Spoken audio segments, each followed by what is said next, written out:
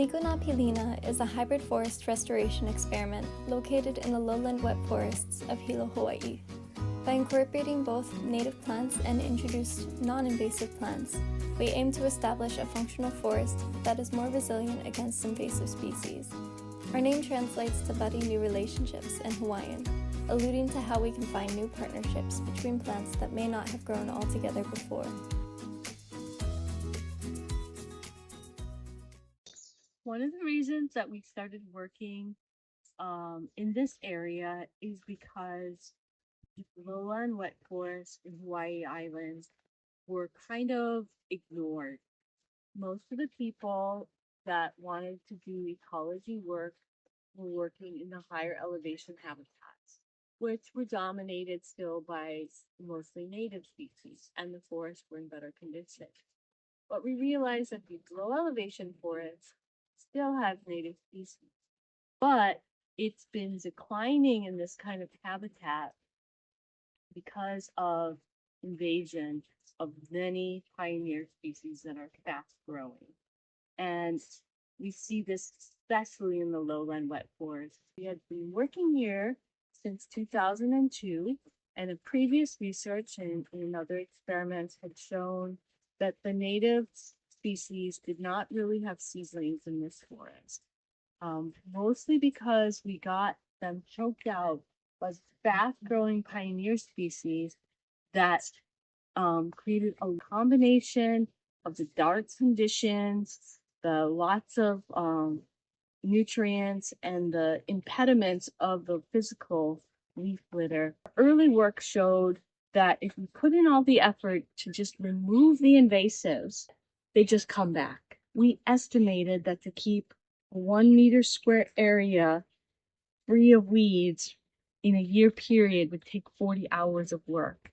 And so when you scale that up on a larger scale, it's just way too much effort and cost to be able to keep this forest free of weeds. So we realized maybe we need to do some clearing and then do some planting of species that we desired. And we chose an approach to plant species with functional traits that would help manipulate the light environment to be sort of the Goldilocks environment, where the light environment would be not too dark and not too light. Too light will be too many weeds, too dark, not enough native regeneration. To do that, we used a combination of native species, which we knew could grow down in these eastern Hawaiian forests, and some non-native species that were deemed not invasive based on weed risk assessments and our personal knowledge.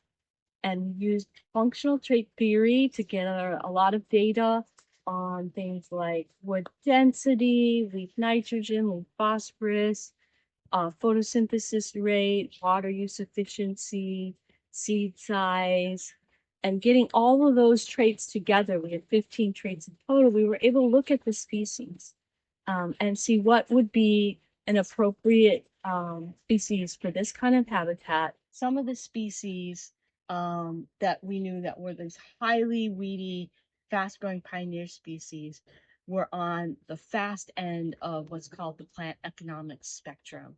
They grow fast, they reproduce fast, they produce litter with high nutrient concentration that cycles very quickly. And we knew we needed to slow down the nutrient cycle because Hawaiian plants that were native to here evolved in this habitat basically on this rocky substrate right here, and which is very low nutrients. So adding extra nutrients didn't really favor the native plants, it disadvantaged them. So we needed to do strategies that would decrease the rate of nutrient cycling. So we chose plants that we categorized as slow in terms of the rate of carbon and nutrient cycling, species that grew really slowly, that had thick leaves, low nutrient concentrations. This tala would be an example of a slow kind of plant. Or species that weren't quite as slow, but were not on that fast end of the spectrum. And we called those species moderate. So within our treatments, we chose core species that would either be slow or moderate. Each treatment, we would choose 4 core species. So In our slow treatment, we had 4 core species that we used, 2 native and 2 non-native. And then we added additional 6 species. And in one of those treatments, we added species that were more redundant to those core species. They were more similar in their traits using a technique called principal components analysis. Added species to the core that showed, based on our functional trait analysis, that they were more complementary in trait space. So they filled up other parts of the trait axis. They were more different than those 4 core. And then we chose species that on the other side that had the 4 core, but we chose species that were more redundant in their set of traits. They were more like, all the species were more similar to each other on the team. So the team had more similar roles. So we have the slow complementary, the slow redundant, and then we do that also for the moderate treatment. So we have moderate complementary and moderate redundant. And we have all 4 of those treatments. Each has 10 species, but they differ in their combination of functional traits. So we look at them like a team, all the species working together, and we want to see which ones, under what conditions do the species work best. And we do lots of measurements on growth of everything we planted, and all the existing trees that were there that were native.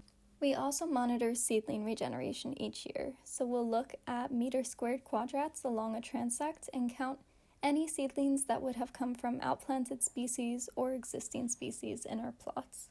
Each month, we come out and collect the leaf litter from these trays. We take it back to the lab. We dry them out to remove any moisture from the leaves.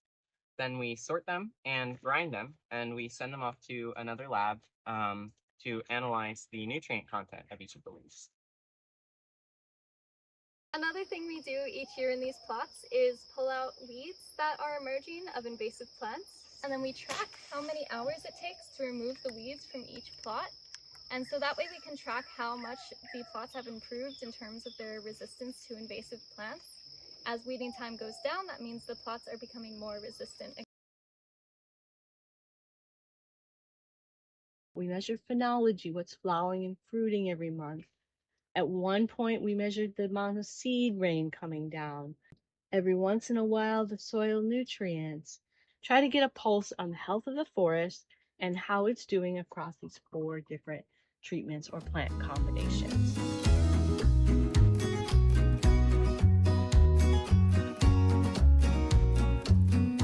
Although the results vary by treatment, we found that overall our treatment plots have lower nutrient cycling and greater native seedling recruitment compared to our control plots. It's been amazing to see how these native and introduced plants can work together and build new relationships, or Pilina, to establish a functional forest.